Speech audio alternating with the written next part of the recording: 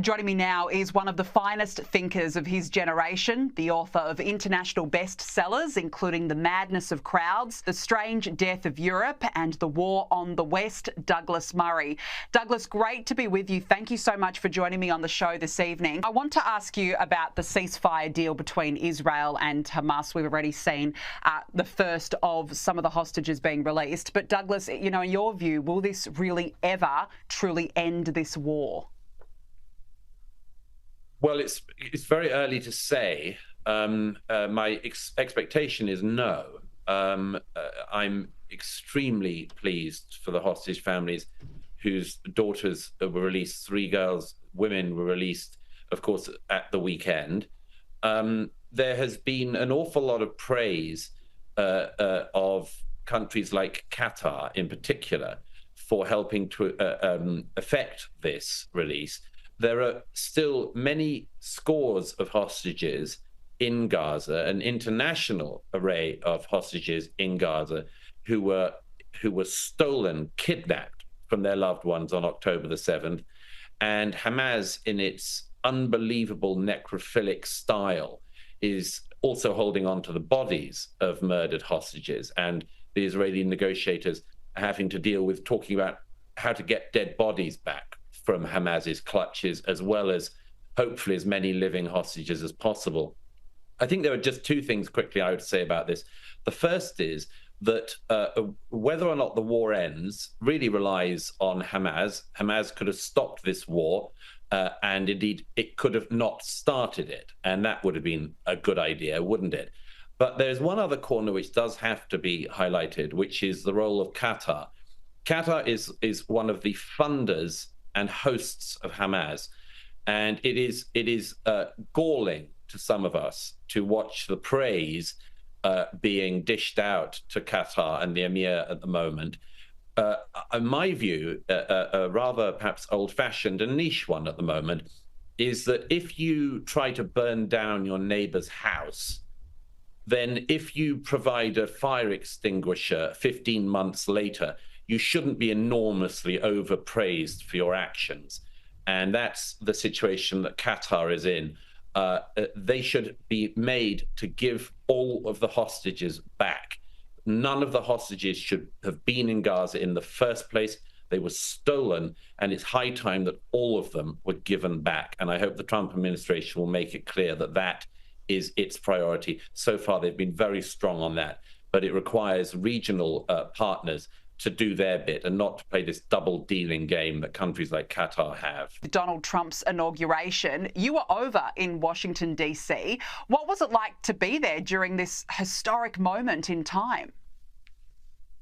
Well, it was, as you say, historic. It was extraordinary to see the president's inauguration, the excitement in Washington, the extraordinary cast of characters who were around in the city to see it.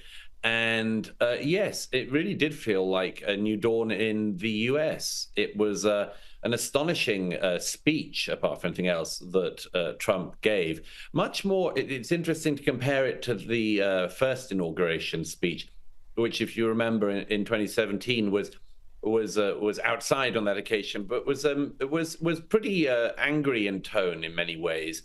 It was, of course, a very divisive time in America.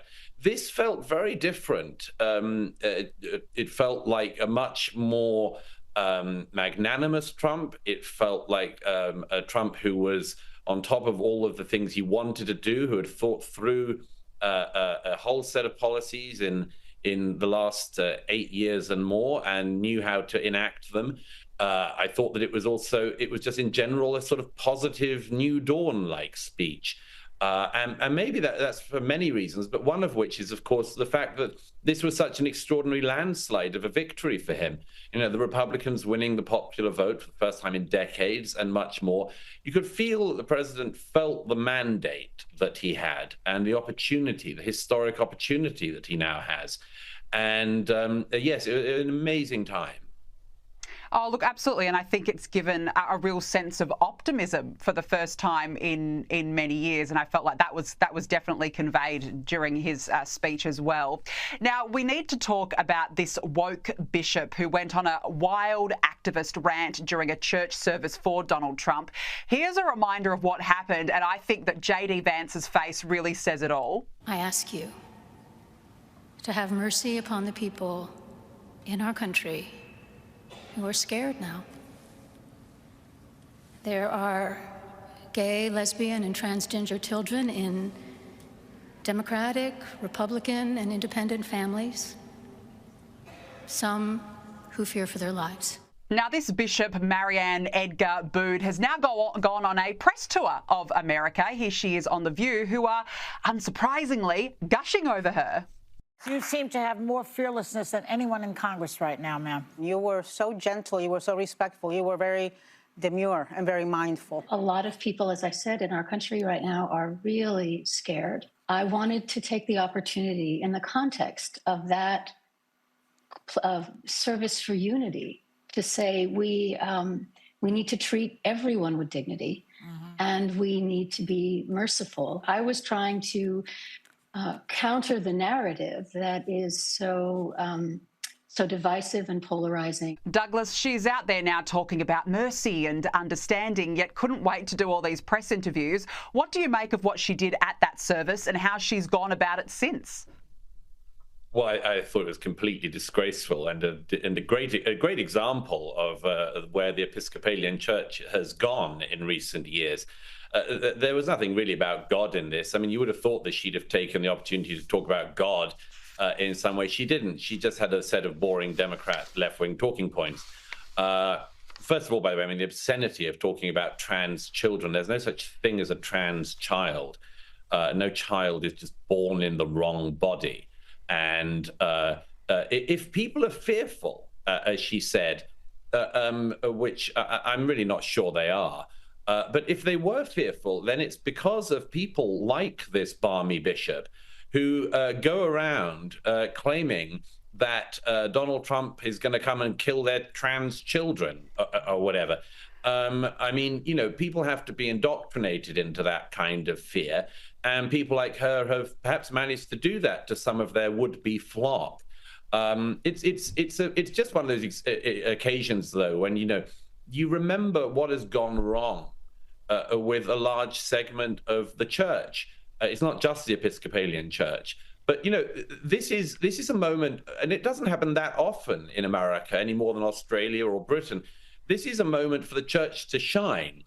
You know, and actually to talk about God, to talk about Jesus, to talk about the Christian faith, for instance. This would seem like prime time to do that. But only a banal bishop like this thinks that instead of talking about God, they should do their boring talking points, which if anyone wants to see, they can get on The View any day. It's just a real disgrace that somebody like her is in that position.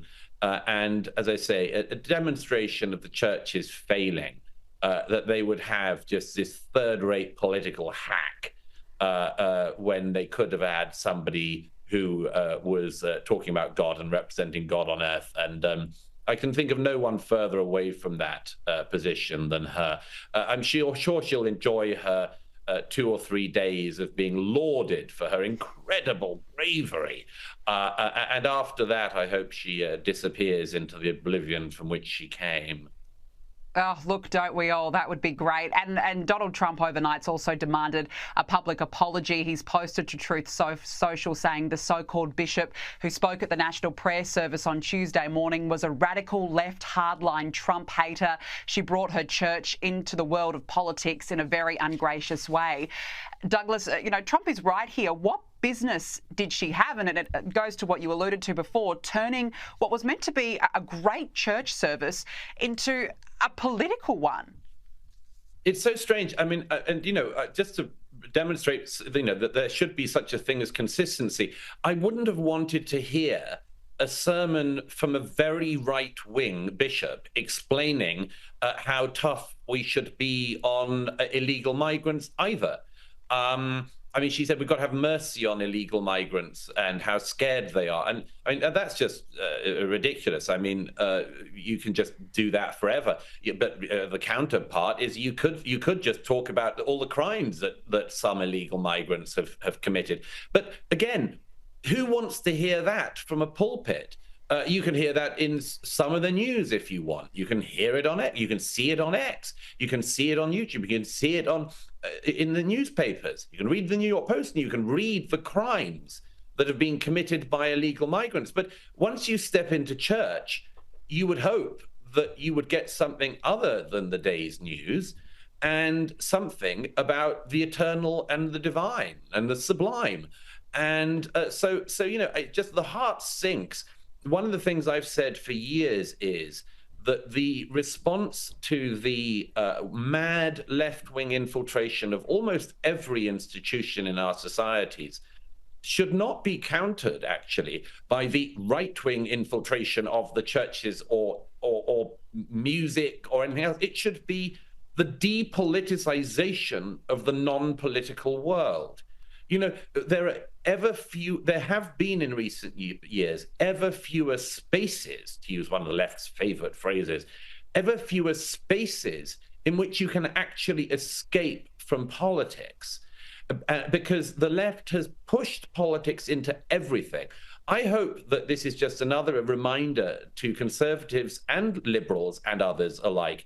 We need spaces that are not politicized, where you're not going to get a sermon literally in the church and non-literally anywhere else, where we can just focus on other things as well.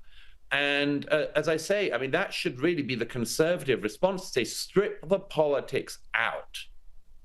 Absolutely, and this is exactly why Donald Trump's been elected, because people are sick of this absolute nonsense. Now, you mentioned illegal migrants there, and it started already. More than 300 illegal migrants have been arrested by ICE during raids in and around sanctuary cities across the US. And this includes sex offenders and other violent criminals. Douglas, this is just the beginning of what clearly is a massive task ahead for ICE and Border Czar Tom Homan. But how good is it to see law and order slowly and finally being restored? Well, as I've said for many years, if you don't have a border, you don't really have a country, or at least you won't have a country very soon. The way in which illegal migration has been encouraged in recent years, not just in America, but of course in Britain, Europe, and elsewhere, has been really shocking. It has undermined the fabric of these societies, and it rewards the illegality at the first point. Many people, like that Barmy Bishop, will be thinking about, you know, these people saying they're not all these illegal migrants are criminals.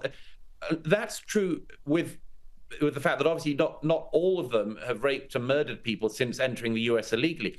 But all of them have broken the law by entering the US illegally.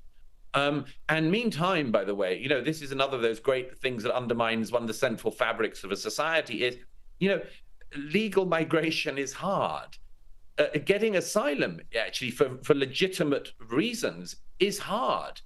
And the fact that at the same time as that reality exists, you just have this other world where anyone who just breaks the law is allowed to do so, is just something that has massively undermined the United States of America, as with other developed democracies.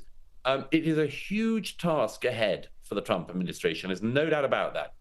And they are going to be fought against by Democrat governments in sanctuary cities, Democrat authorities in sanctuary cities, like New York and like, you know, cities in California. And we'll just see what happens. But I think that one very important thing about this is it's not just that America and the American voters who voted in Donald Trump are watching. I think the world is watching, because countries like Italy, Spain, France, and others that have millions of illegal migrants in their countries that they have totally failed to deport. Britain is another example. More than 1 million illegal migrants in the UK. Total failure of the government, total failure of the state to enforce the border laws. If Donald Trump can do this in America, then maybe there's a blueprint for other countries saying, you know, we are fair-minded countries. We're good countries, which is why so many people want to come to the developed world. There must be something we're doing right. But we're mad if we think we can just have open borders and anyone in the world can walk in. So the American voters will be watching Trump, but my prediction is that governments across Europe and elsewhere will also be watching very carefully and hoping that he succeeds and that they can follow. Absolutely, and hopefully he sets that standard. Now, yeah, absolutely. Spot on as always. Douglas Murray, really good to speak with you. Thank you so much for joining me on the show this evening.